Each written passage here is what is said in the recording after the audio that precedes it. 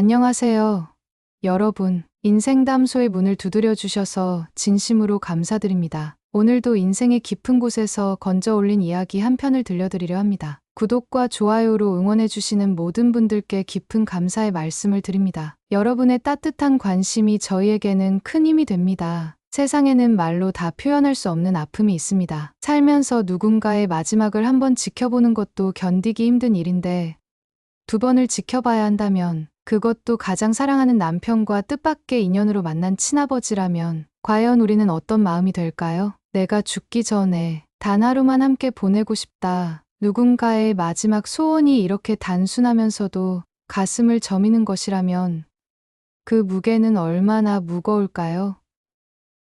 오늘 이야기는 한 여인의 가슴 깊은 곳에 새겨진 상처와 치유의 드라마입니다. 15년간의 결혼 생활 속에서 2명의 아버지와 1명의 남편을 떠나보낸 한 여인의 이야기. 그 안에 담긴 비밀과 용서, 그리고 마지막 선물까지 인생의 쓸쓸한 길목에서 만난 특별한 인연의 이야기를 시작합니다. 서울 남동쪽 변두리, 낡은 아파트 단지가 즐비한 동네의 작은 아파트에 살고 있는 박미연.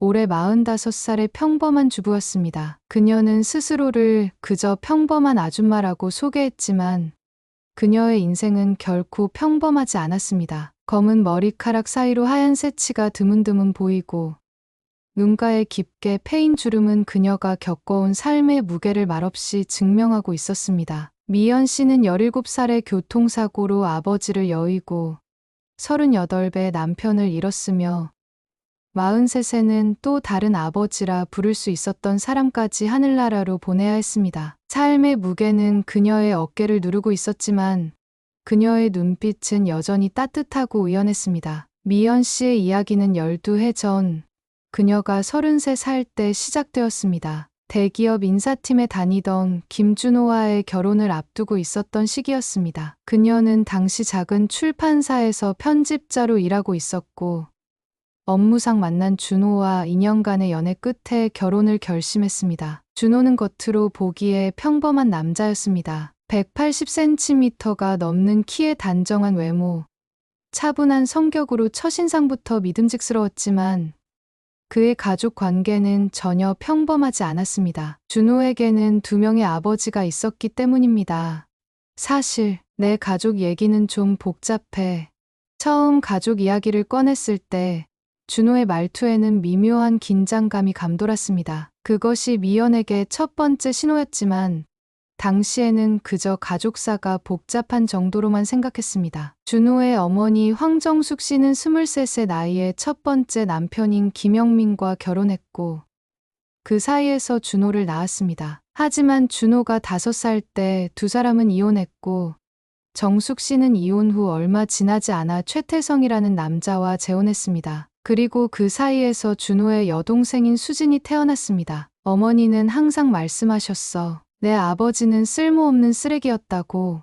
준호는 술에 취했을 때만 간간히 어린 시절 이야기를 했습니다. 그가 어릴 적 이혼한 친아버지에 대한 기억은 거의 없었습니다. 있는 기억이라고는 어머니가 입버릇처럼 했던 말뿐이었습니다. 내 아버지는 쓸모없는 쓰레기였어. 책임감도 없고 무능력하고 해놓은 일이라곤 너 하나 낳은 것밖에 없었지. 내 새 아버지를 진짜 아버지로 생각하고 그 사람은 아예 잊어버려. 그런 말을 들으며 자란 준호는 친아버지에 대한 분노와 원망을 키우며 성장했습니다. 아이러니하게도 의붓아버지인 최태성은 준호에게 마치 원수처럼 대했습니다. 사소한 일에도 화를 내고 매를 들었으며 한겨울에 내복 차림으로 집 밖으로 내쫓기도 했습니다. 10살 때였나 여동생이 울었다고 한겨울에 베란다에 2시간 동안 세워놓으셨어.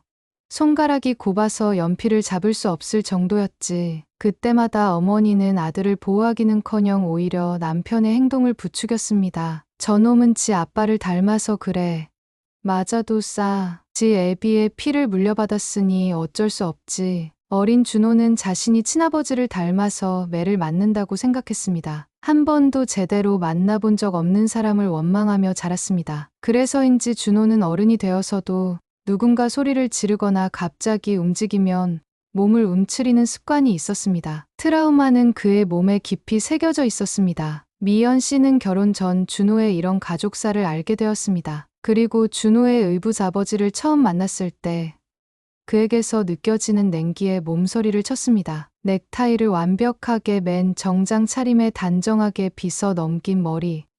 그러나 그의 차가운 눈빛은 온기라고는 전혀 느껴지지 않았습니다. 첫 만남에서 최태성은 미연에게 이렇게 말했습니다. 너는 내 진짜 며느리도 아니니까 나는 너를 그냥 이 집 부엌대기라고 생각할 거다. 며느리 대접받고 싶으면 알아서 납작 엎드리던가. 그럼 내가 조금은 생각해 볼게. 그 말을 들으며 미연은 입이 벌어졌습니다. 어이가 없어 웃음이 나오려다 말았습니다. 이런 사람이 어떻게 존재할 수 있지?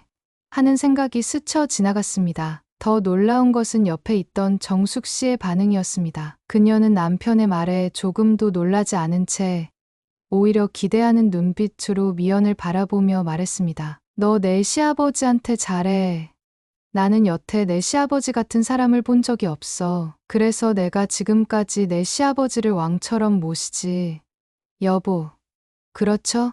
정숙 씨가 남편을 향해 애교 섞인 목소리로 말하는 모습은 이상하리만큼 어색했습니다. 마치 오랜 시간 연습한 배우의 연기처럼 그 모든 것이 부자연스러웠습니다. 그런 분위기 속에서도 미연은 준호 하나만 보고 결혼을 결심했습니다. 결혼은 두 사람이 하는 것이지 시댁 식구와 하는 것이 아니다라고 스스로를 설득했습니다. 하지만 그녀는 결혼 생활이 얼마나 많은 부분에서 가족들과 얽히게 되는지 당시에는 제대로 알지 못했습니다. 결혼 준비는 순탄하게 진행되었습니다. 준호의 가족은 겉으로는 형식적인 도움만 주었고 미연의 친정어머니가 대부분의 일을 도맡아 했습니다. 미연은 아버지가 일찍 돌아가셔서 어머니 혼자 힘들게 자신을 키우셨기에 결혼식 날 신부를 데리고 입장할 아버지가 없다는 사실이 마음 한편의 작은 그림자처럼 자리 잡고 있었습니다. 그리고 결혼식 당일 예상치 못한 손님이 나타났습니다. 신부 대기실에 한 중년 남성이 조심스럽게 들어왔습니다. 60대 초반으로 보이는 그는 단정한 양복 차림에 약간 긴장한 표정이었습니다. 그는 자신을 준호의 아버지라고 소개했습니다. 바로 김영민,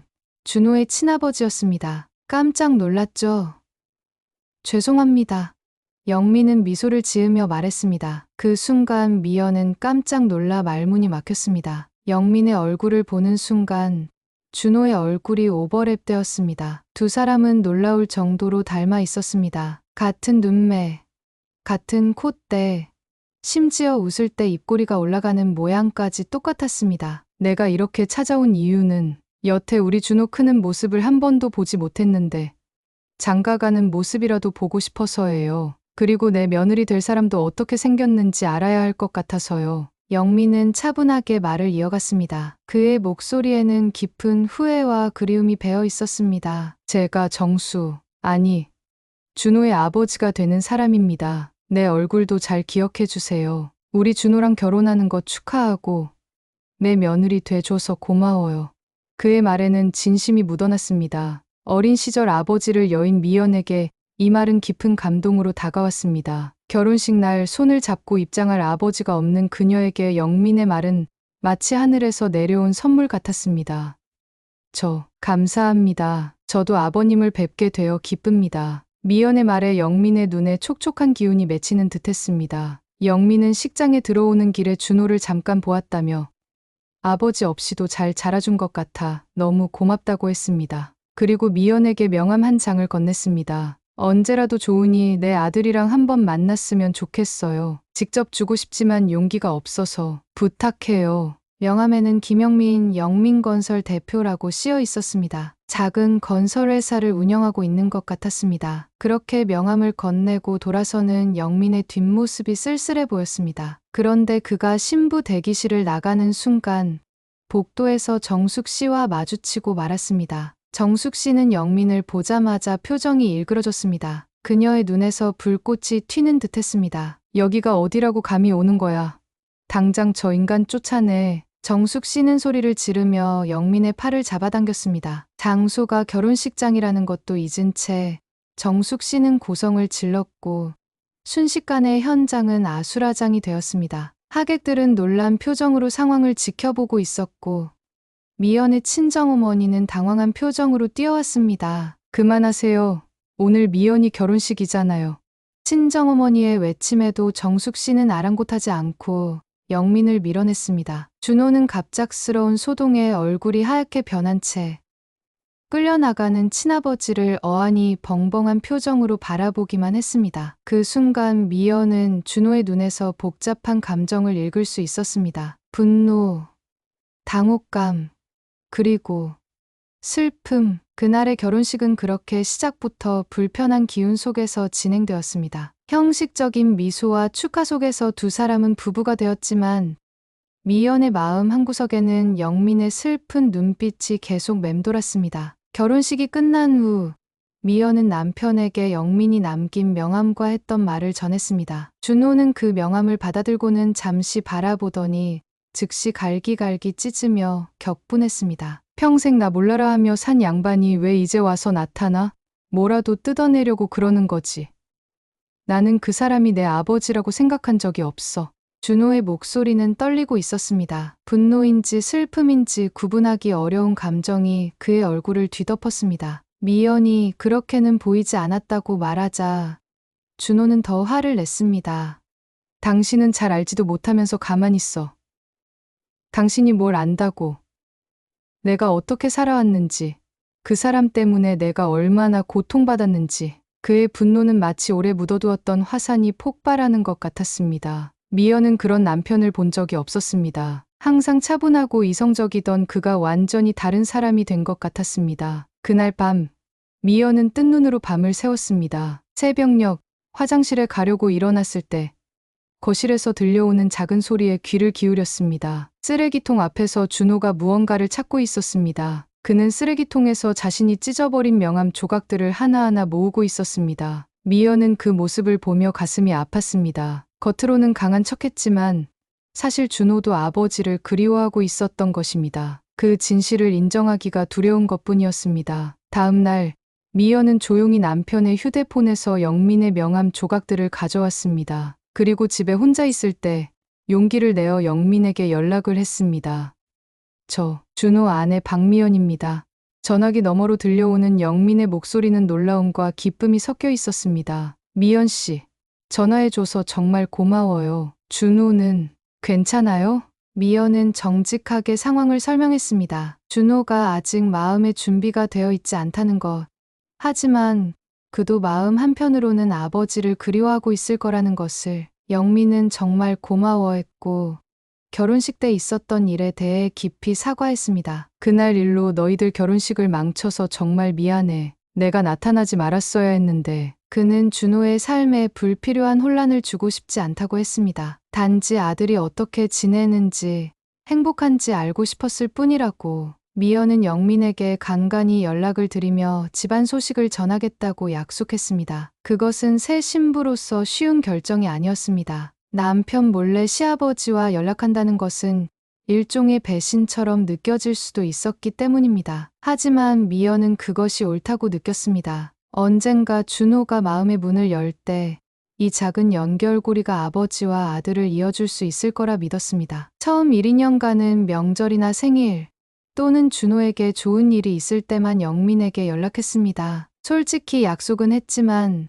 전화를 걸 때마다 어색했고 할 말도 많지 않았습니다. 영민도 그런 미연의 마음을 이해하는 듯 필요 이상의 질문은 하지 않았습니다. 준호가 건강하게 잘 지내고 있다니 그것만으로도 충분해요. 영민은 항상 그렇게 말했습니다. 그의 목소리에는 늘 그리움이 묻어 있었습니다. 그러나 3년 후 미연이 아들 민기를 낳으면서 상황이 달라졌습니다. 출산 후 미연이 산후조리원에 있을 때 친정어머니가 준호에게 영민의 연락처를 물어보았다고 했습니다. 아이의 할아버지에게도 소식을 전하고 싶다는 이유였습니다. 그때 준호는 잠시 침묵했다가 어머니, 그 사람 연락처는 제가 모릅니다 라고 대답했다고 합니다. 그 말을 들은 미연은 마음이 아팠습니다. 아직도 준호는 아버지를 인정할 준비가 되어 있지 않았습니다. 그럼에도 미연은 영민에게 손자 소식을 전했습니다. 영민은 그 소식을 듣고 무척 기뻐했습니다. 내 손자라. 이런 날이 올 줄은 몰랐네. 감격에 찬 목소리로 영민은 말했습니다. 그는 손자를 위해 30년 넘게 피워온 담배도 끊었다고 했습니다. 아이가 태어나기 몇 달 전부터 이미 담배를 끊기 시작했다는 것입니다. 자신에게 담배 냄새가 배어 있으면 나중에 아이를 안을 때 해로울까 봐 그랬다고 했습니다. 미연은 그 말을 듣고 감동했습니다. 한 번도 만나보지 못한 손자를 위해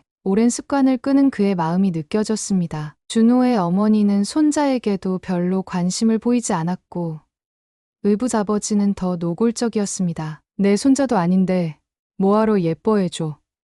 그 애비 없는 놈의 자식이니 아비를 닮아가겠지. 그런 말을 들을 때마다 미연은 속으로 분노를 삼켰습니다. 아이에게까지 상처를 주는 말들이 너무 가혹했습니다. 민기가 100일이 되던 날 미연은 처음으로 영민에게 손자를 안겨주었습니다. 그날 미연은 친정에 간다고 준호에게 말하고 대신 영민의 집을 찾았습니다. 작지만 깔끔한 아파트, 현관에 들어서자 정갈하게 정리된 신발들이 눈에 띄었습니다. 영민은 문 앞에서 손자를 만날 생각에 얼굴이 상기된 채 이영과 민기를 맞이했습니다. 영민이 조심스럽게 민기를 안았을 때 그의 눈에 맺힌 눈물을 미연은 평생 잊을 수 없었습니다. 마치 세상의 모든 보물을 품에 안은 것처럼 영민은 행복해 보였습니다. 고맙다. 정말 고맙다. 이렇게 예쁜 우리 손자를 보게 해줘서. 영민의 거친 손이 아이의 작은 볼을 조심스럽게 쓰다듬었습니다. 아이는 낯선 할아버지의 품에서도 편안하게 미소 지었습니다. 그 순간 미연은 이것이 맞다는 확신이 들었습니다. 비록 준호는 모르지만 이 작은 만남이 언젠가 모든 상처를 치유할 수 있는 시작이 될 것이라고 믿었습니다. 이후 미연과 영민은 더 자주 연락하게 되었습니다. 어느 날 시댁 식구들 때문에 심한 스트레스를 받고 있던 미연에게 영민이 말했습니다. 미연아, 일은 준호한테 맡기고 석촌역 근처 삼겹살집으로 나오렴. 내가 소주 한 잔 살게. 미연은 망설였습니다. 하지만 정말 누군가에게 속 시원히 털어놓고 싶은 마음이 컸습니다. 그녀는 남편에게 친구를 만난다고 거짓말을 하고 영민을 만났습니다. 그날 저녁 조용한 고깃집에서 미연은 처음으로 시댁에서의 고통스러운 경험들을 모두 털어놓았습니다. 준호의 어머니가 어떻게 자신을 대하는지, 의붓아버지의 냉랭한 태도, 심지어 명절 때마다 있는 시댁의 암묵적인 차별까지 친정어머니에게도 남편에게도 말할 수 없었던 이야기들이었습니다. 영민은 말없이 미연의 이야기를 들어주며 빈 술잔만 채워주었습니다. 한마디의 판단도 충고도 없이 그저 듣고 또 들어주었습니다. 미안해. 우리 아들이 좋은 남편이 되어주지 못해서. 간간히 영민은 그렇게 미안하다는 말만 했습니다. 그 모습에 미연은 문득 자신의 아버지가 떠올랐습니다. 아버지가 살아계셨다면 이런 기분이었을까. 미연은 그렇게 생각하며 눈물을 흘렸습니다. 아버님, 왠지 지금 제 아버지가 살아계셨다면 이런 느낌이었을 것 같아요. 미연의 말에 영민도 촉촉해진 눈으로 대답했습니다. 나도 내 아들과 함께한다는 이런 기분이겠구나 생각하고 있었어. 두 사람 사이에는 특별한 이해의 끈이 생겼습니다. 혈연 관계는 아니지만 서로의 아픔을 이해하고 공감하는 관계. 그것은 어쩌면 혈연보다 더 강한 유대감이었습니다. 영민도 그날 많은 이야기를 들려주었습니다. 정숙과의 이혼 이유도 미연이 알고 있던 것과는 완전히 달랐습니다. 사실 처음엔 우리도 행복했어. 정숙이도 나도 서로 진심으로 사랑했으니까. 영민은 중산층 가정에서 자랐고 가난한 집 딸이었던 정숙과 대학에서 만나 사랑에 빠졌습니다. 그녀의 가난을 전혀 문제 삼지 않고 결혼했습니다. 처음 몇 년은 행복했습니다. 준호도 태어나고 영민의 사업도 잘 되어가는 듯했습니다. 하지만 철강 사업에 대규모 투자를 했다가 크게 실패하면서 집안이 몰락했습니다. 부모님에게 물려받은 재산까지 모두 날리고 빚더미에 앉게 되었습니다. 그때부터 정숙의 태도가 변했습니다. 정숙이는 내가 무능하다며 매일 비난했어. 돈만 있었으면 내가 이 고생할 일이 없었을 거라고. 나도 정말 미안했지. 내 탓으로 그녀가 고생하니까. 영민이 이혼을 거부하자 정숙은 밖에서 임신을 해서 돌아왔습니다. 돈 많은 사람의 아이를 가졌다며 그 사람이 준호까지 키워주겠다고 했습니다. 그 사람이 바로 최태성이었습니다. 내가 받은 상처보다 준호를 빼앗길까봐 두려웠어. 아들이 내 전부였으니까 영민은 아들을 지키려 했지만 역부족이었고 결국 정숙과 준호를 떠나보내야 했습니다. 그 후로 수없이 아들을 만나려 했지만 정숙은 애가 너를 보기 싫어한다는 말만 되풀이했습니다. 어느 순간부터는 포기했어. 준호에게 혼란을 주고 싶지 않았거든. 하지만 멀리서라도 항상 지켜보고 있었지. 영민은 준호가 다니는 학교 근처에서 종종 그를 몰래 지켜보곤 했다고 했습니다. 운동회 날, 학예회 날, 그리고 심지어 준호의 대학 입학식 날에도 정말 자랑스러웠어. 내 아들이 이렇게 훌륭하게 자라다니. 그의 목소리에는 자랑스러움과 후회가 동시에 묻어 있었습니다. 미연은 영민에게 약속했습니다. 아버님, 언젠가 준호가 마음을 열면 그때 두 분이 오붓하게 지낼 자리 꼭 마련해 드릴게요. 영민은 고맙다는 듯 미소 지었지만 그의 눈에는 그런 날이 올까 하는 의문이 스쳐 지나가는 듯했습니다. 하지만 그 약속은 지켜지지 못했습니다. 운명은 때로 우리가 계획한 것보다 훨씬 더 냉혹하게 찾아옵니다. 준호가 37살이던 어느 가을날 그는 오토바이를 타다 화물트럭과 충돌하는 사고를 당했습니다. 준호에게 오토바이는 유일한 취미이자 스트레스 해소법이었습니다. 비가 내리던 그날 저녁, 퇴근길에 그는 평소보다 더 빠른 속도로 오토바이를 몰았고 교차로에서 화물트럭과 충돌했습니다. 전화벨이 울렸을 때 미연은 평소처럼 저녁 식사 준비를 하고 있었습니다. 경찰의 목소리가 들려왔을 때 그녀의 세계는 순식간에 무너져 내렸습니다. 박미연 씨 맞으세요? 남편분이 교통사고를 당하셨습니다.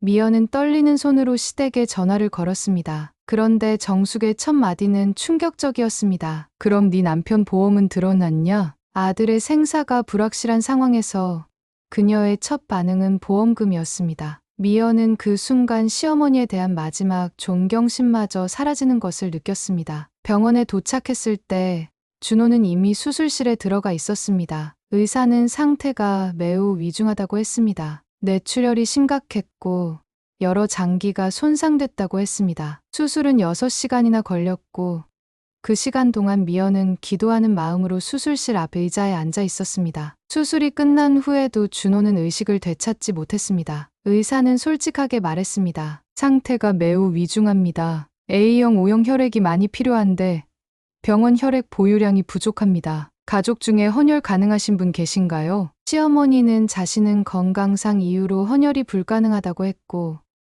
의붓아버지는 병원의 얼굴도 비추지 않았습니다. 미연은 자신의 혈액형이 맞지 않아 헌혈할 수 없었습니다. 미연은 마지막 희망을 걸고 영민에게 전화를 걸었습니다. 그에게 준호의 사고 소식을 전하기는 정말 어려웠지만 지금은 어떤 도움이든 필요했습니다. 아버님, 준호가 사고를 당했어요. 전화기 너머로 들려오는 영민의 숨소리가 거칠어졌습니다. 어디야?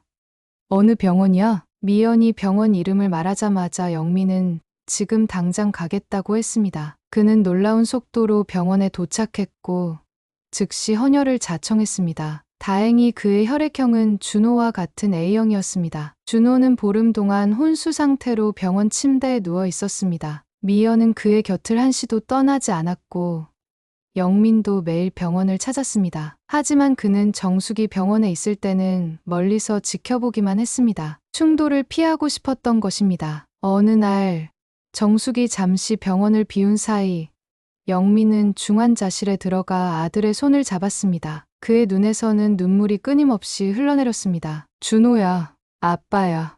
날 기억하지 못하겠지만 내가 얼마나 자랑스러운 아들인지 말해주고 싶었어. 이렇게라도 만나게 되어서 미안하다. 내가 힘들 때 곁에 있어주지 못해서. 미연은 병실 밖에서 그 모습을 지켜보며 가슴이 미어졌습니다. 30년이 넘는 시간 동안 한 번도 제대로 대화해보지 못한 부자후즈. 그들의 만남은 이렇게 한쪽은 의식 없는 상태로 이루어져야 했습니다. 영민이 준호의 병실을 나온 바로 그날 밤, 준호의 심장은 멈췄습니다. 의료진의 응급 조치에도 불구하고 그는 돌아오지 않았습니다. 마치 아버지를 기다렸던 것처럼 말입니다. 일어나, 제발 일어나. 우리 민기는 어떡해. 미연은 남편의 차가운 손을 잡고 울부짖었습니다. 옆에서 시어머니도 오열했지만 미연의 귀에는 그것이 진심으로 들리지 않았습니다. 영민에게 준호의 사망 소식을 전하는 것은 더욱더 힘이 들었습니다. 그는 전화를 받자마자 알았다는 듯 말없이 흐느꼈습니다. 장례식은 3일장으로 치러졌습니다. 미연은 정신없이 그 시간을 보냈습니다. 장례 절차,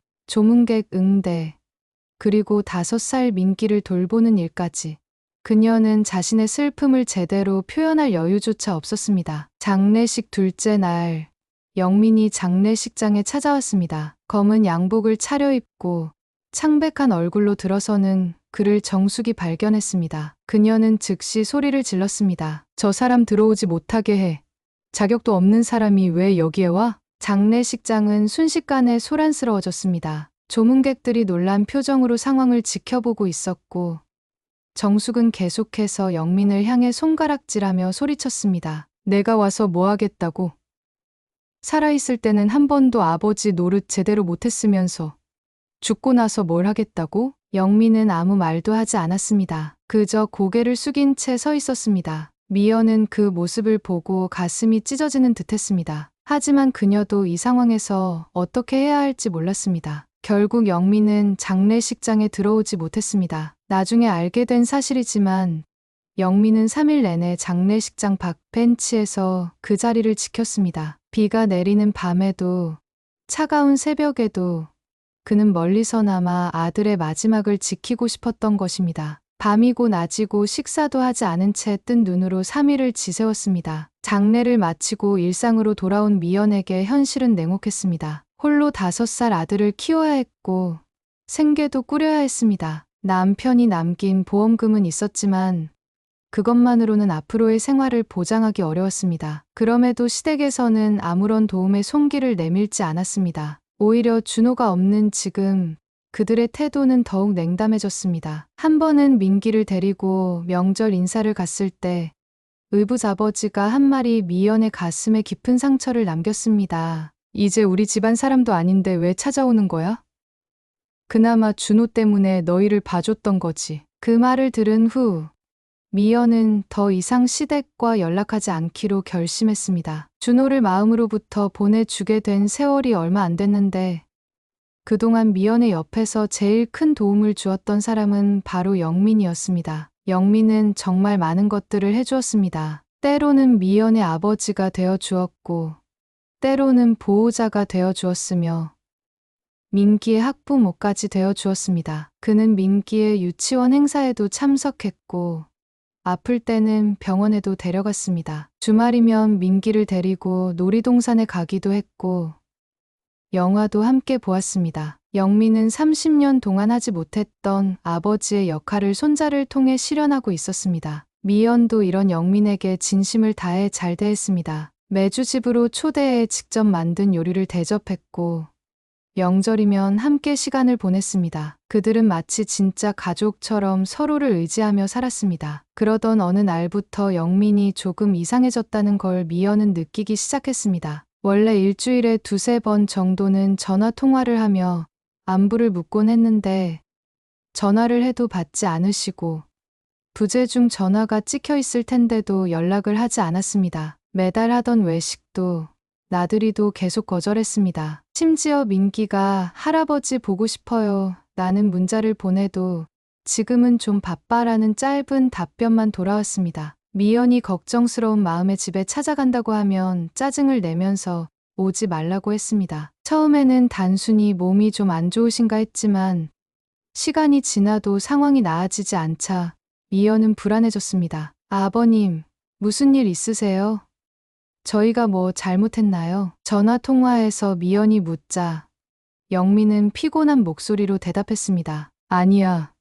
너희가 잘못한 거 하나도 없어. 그냥 좀 피곤해서 그래. 걱정하지 마. 하지만 미연은 그의 말을 믿을 수 없었습니다. 무언가 큰 문제가 있다는 것을 직감적으로 느꼈습니다. 왠지 느낌에 저를 대놓고 피한다는 생각이 들었습니다. 한순간에 남이 되어버린 것 같았습니다. 그렇게 미연과 영민은 한 1년 동안 연락을 거의 하지 않은 채 지냈습니다. 미연은 몇 번이고 영민의 집을 찾아가려 했지만 그때마다 영민의 강한 거부로 발걸음을 돌릴 수밖에 없었습니다. 그러던 어느 겨울날 1년 만에 영민으로부터 연락이 왔습니다. 오랜만에 걸려온 그의 전화에 미연은 반가움과 불안함이 교차했습니다. 미연아, 나 좀 만날 수 있을까? 영민의 목소리는 평소보다 훨씬 약해져 있었습니다. 숨소리가 거칠었고 말 한마디를 하는데도 많은 힘이 드는 것 같았습니다. 네, 당연하죠. 언제 만날까요? 미연이 물었을 때 영민은 망설이다 말했습니다. 내일 하루 종일 시간 낼 수 있어?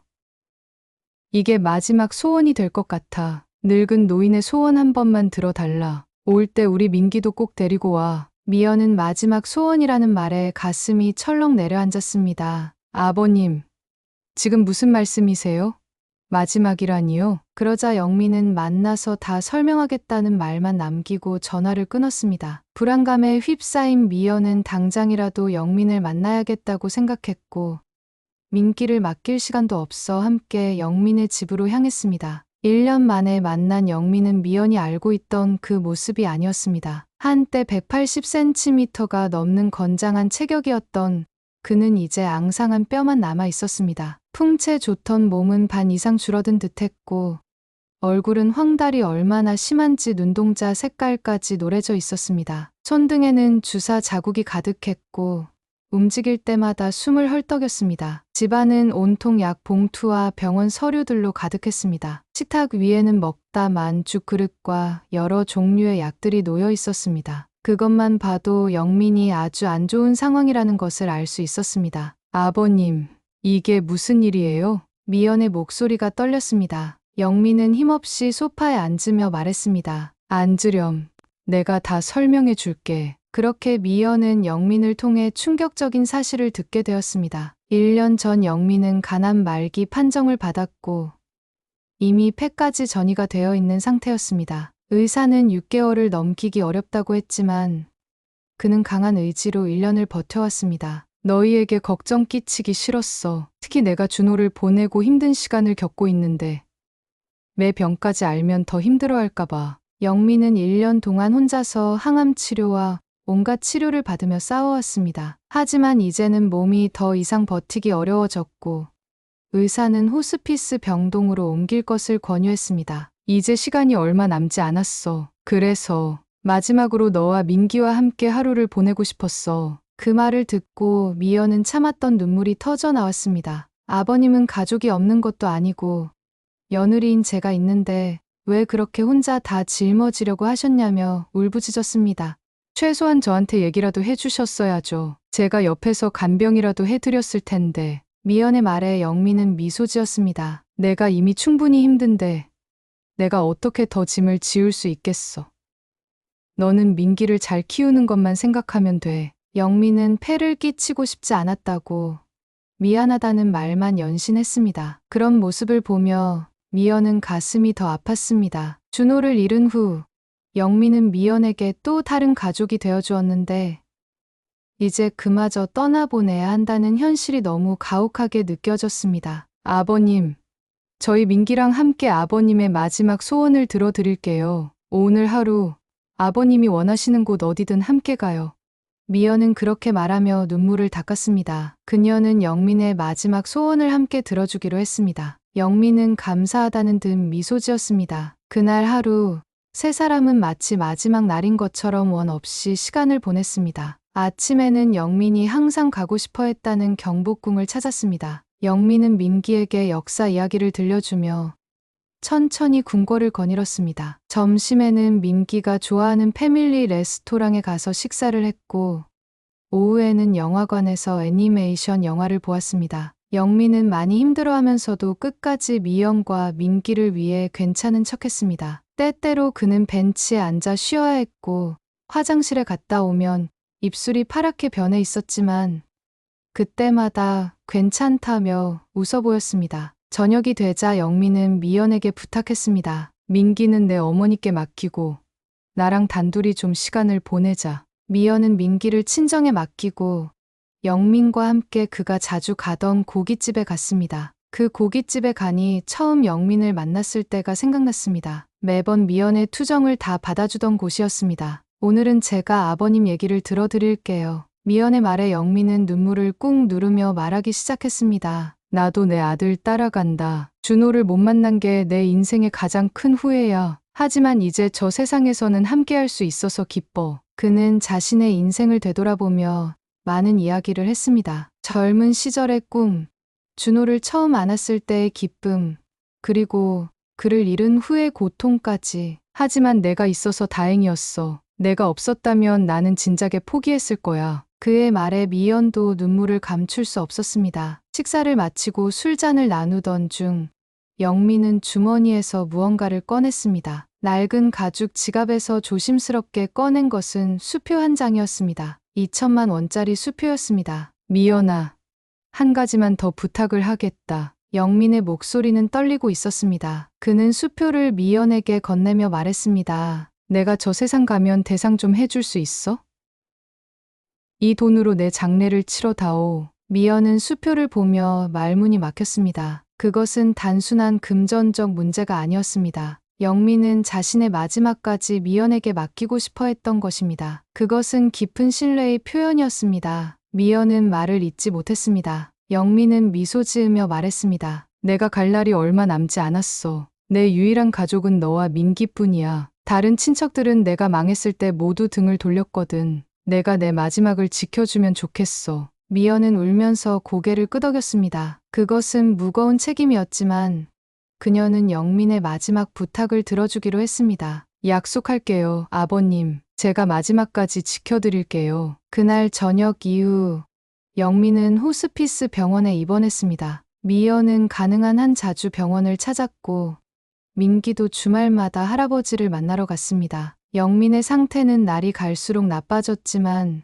그의 눈빛만은 여전히 따뜻했습니다. 호스피스 병동의 간호사들은 영민에게 가족이 있어 다행이라고 말했습니다. 많은 환자들이 홀로 마지막을 맞이한다고 했습니다. 영민은 미연과 민기가 찾아올 때마다 얼굴에 환한 미소를 지었습니다. 때로는 영민이 준호에 대한 이야기를 하기도 했습니다. 그는 준호의 어린 시절 모습을 생생하게 기억하고 있었습니다. 첫 걸음마를 뗐을 때, 처음으로 아빠라고 불렀을 때, 그 기억들은 30년이 지났음에도 그의 마음속에 선명하게 남아 있었습니다. 민기가 준호랑 정말 닮았어. 특히 웃을 때 눈이 접히는 모습이. 영민은 그렇게 말하며 민기의 머리를 쓰다듬곤 했습니다. 민기는 할아버지가 왜 병원에 있는지, 왜 점점 말라가는지 이해하지 못했지만 할아버지를 만나는 것을 좋아했습니다. 할아버지는 항상 재미있는 이야기를 들려주었으니까요. 입원 후 정확히 3개월째 되던 날,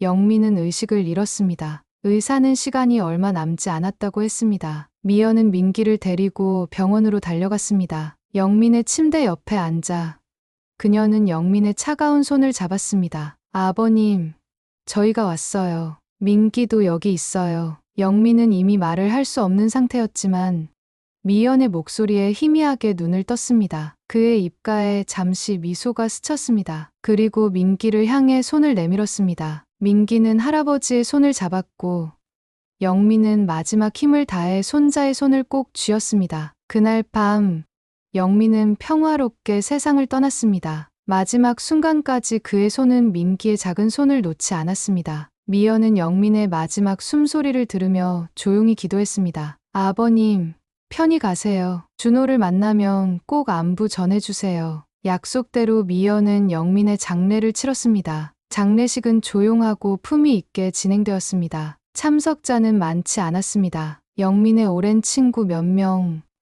건설회사 동료들, 그리고 미연과 민기, 그게 전부였습니다. 장례식장에는 준호의 사진도 함께 놓였습니다. 두 사람이 이 세상에서는 함께할 수 없었지만 적어도 이곳에서는 나란히 있을 수 있도록 미연이 특별히 준비한 것이었습니다. 민기는 담담히 옆에서 미연에게 기대어 앉아 있었습니다. 어린 나이에 벌써 2번이나 큰일을 치르게 하는 게 엄마로서는 마음이 많이 아팠습니다. 하지만 민기는 어른스럽게 이 모든 것을 받아들이고 있었습니다. 미연은 영민의 영정 사진을 바라보며 작은 목소리로 말했습니다. 아버님, 저희 민기 아빠는 잘 만나셨어요? 민기 아빠도 잘 있죠? 제가 여기서 민기랑 열심히 살 테니 하늘에서 저희 둘 사랑 지켜봐 주세요. 눈물이 그녀의 뺨을 타고 흘러내렸습니다. 민기 아빠, 저한테 미안하신지 제 꿈에 한 번도 안 나타나더라고요. 그러니까 미안해하지 말고 잘 지내고 있으라고, 저희는 괜찮다고 꼭 전해주세요. 장례 마지막 날, 어떤 중년 남성이 미연을 찾아왔습니다. 그는 자신을 영민 씨가 미리 선임해 둔 변호사라고 소개했습니다. 정장 차림의 그는 검은 서류 가방을 들고 있었습니다. 박미연 씨 맞으십니까? 미연이 고개를 끄덕이자 변호사는 조용한 장소로 자리를 옮겼습니다. 영민 씨 앞으로 3억 원의 자산이 있습니다. 그리고 그는 그 돈을 모두 당신과 민기에게 남기셨습니다. 미연은 놀라서 말문이 막혔습니다. 영민이 그렇게 큰 돈을 가지고 있었다는 사실도, 그 돈을 모두 자신들에게 남겼다는 것도 믿기 어려웠습니다. 3억이요? 어떻게? 변호사는 영민이 10년 전 작은 땅을 구입했고 그 지역이 개발되면서 가치가 크게 상승했다고 설명했습니다. 영민은 그 돈을 모두 준호의 가족을 위해 남겨두었던 것입니다. 이게 영민 씨께서 말씀하신 선물인 것 같습니다. 변호사의 말에 미연은 그날 영민과 마지막으로 함께 시간을 보내던 날을 떠올렸습니다. 영민은 그때 작은 선물을 주고 가겠다고 했습니다. 이것이 그가 말한 선물이었습니다. 미연은 영민이 남긴 3억 원으로 작은 전원주택을 마련했습니다. 서울 근교의 조용한 동네, 작지만 마당이 있는 집이었습니다. 그곳에서 미연과 민기는 새로운 시작을 했습니다. 매년 오르는 전세금 걱정에서 벗어나 비로소 자신들만의 안정적인 보금자리를 갖게 된 것입니다. 집 거실 한쪽 벽에는 작은 가족 사진이 걸려 있었습니다. 준호와 미연의 결혼 사진, 민기의 돌 사진, 그리고 영민과 민기가 놀이동산에서 찍은 사진. 그곳에는 더 이상 이 세상에 없는 사람들의 미소가 담겨 있었습니다. 15년 동안의 결혼 생활에서 미연은 많은 파도를 견뎌냈습니다. 때로는 거대한 폭풍이 그녀를 덮쳤고, 때로는 조용한 물결이 그녀를 어루만졌습니다. 남편도, 아버지 같았던 시아버지도 이제 그녀 곁에 없지만 그들의 사랑은 여전히 그녀의 가슴 속에 살아있었습니다. 미연은 이제 과거의 신세한탄을 내려놓고 자신과 아들의 행복을 위해 앞으로 나아가려 합니다. 민기는 어느덧 11살이 되었고 아버지를 닮아 키가 쑥쑥 자라고 있었습니다. 어린 나이에 아버지를 잃었지만 할아버지의 사랑으로 따뜻하게 자랐고 이제는 밝고 건강한 소년이 되었습니다. 주말이면 미연과 민기는 함께 영민과 준호의 묘소를 찾았습니다. 그들은 나란히 묻혀 있었습니다. 미연은 두 사람의 묘비 앞에 앉아 그동안의 이야기를 들려주었습니다. 민기의 학교 생활, 새로운 집에서의 일상, 그리고 앞으로의 계획까지. 민기가 중학교에 들어가면 피아노를 배우고 싶대요. 준호 씨도 어릴 때 피아노를 좋아했다고 하셨잖아요. 아버님, 미연은 묘비를 쓰다듬으며 말했습니다. 저는 이제 괜찮아요. 두 분 덕분에 저와 민기는 잘 지내고 있어요. 걱정하지 마세요. 삶은 때로는 우리에게 생각지도 못한 방식으로 상처를 주지만 또한 예상치 못한 선물도 준다는 것을 그녀는 알게 되었습니다. 영민을 통해 그녀는 참된 가족의 의미를 배웠고 혈연이 아니어도 마음으로 이어질 수 있다는 것을 깨달았습니다. 미연은 가끔 민기에게 아버지와 할아버지에 대한 이야기를 들려주었습니다. 그들이 어떤 사람이었는지, 얼마나 민기를 사랑했는지. 그래서 비록 짧은 시간이었지만 두 사람의 기억이 민기의 마음속에 계속 살아있게 했습니다. 할아버지는 내가 태어나기도 전에 너를 위해 담배를 끊으셨단다. 그게 얼마나 큰 사랑인지 알아? 미연은 그렇게 말하며 민기의 머리를 쓰다듬곤 했습니다. 시간이 흐르면서 미연은 다시 일을 시작했습니다. 예전에 하던 편집 일을 프리랜서로 하면서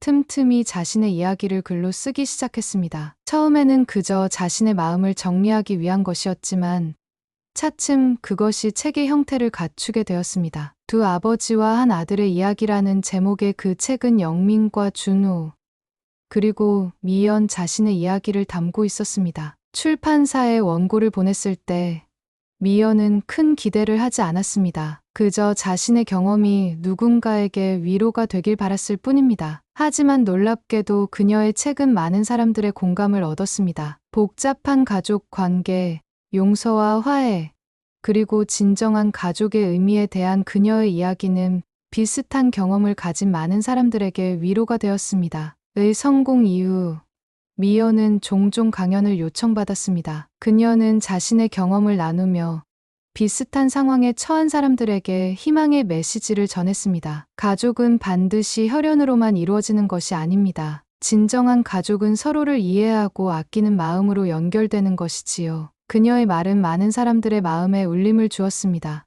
이제 미연의 삶은 새로운 의미를 찾았습니다. 그녀는 더 이상 과거의 상처에 묶여있지 않았습니다. 오히려 그 경험을 통해 성장하고 다른 사람들을 도울 수 있게 되었습니다. 어느 날 저녁, 미연은 마당에 앉아 별을 바라보고 있었습니다. 그때 민기가 옆에 와서 앉았습니다. 엄마, 아빠랑 할아버지가 저 별 중에 하나가 되어서 우리를 보고 있을까요? 미연은 미소 지으며 민기의 손을 잡았습니다. 그럼 분명히 그럴 거야. 가장 밝은 두 별이 바로 아빠랑 할아버지일 거야. 민기는 하늘을 향해 손을 흔들었습니다. 아빠, 할아버지, 우리 잘 지내고 있어요.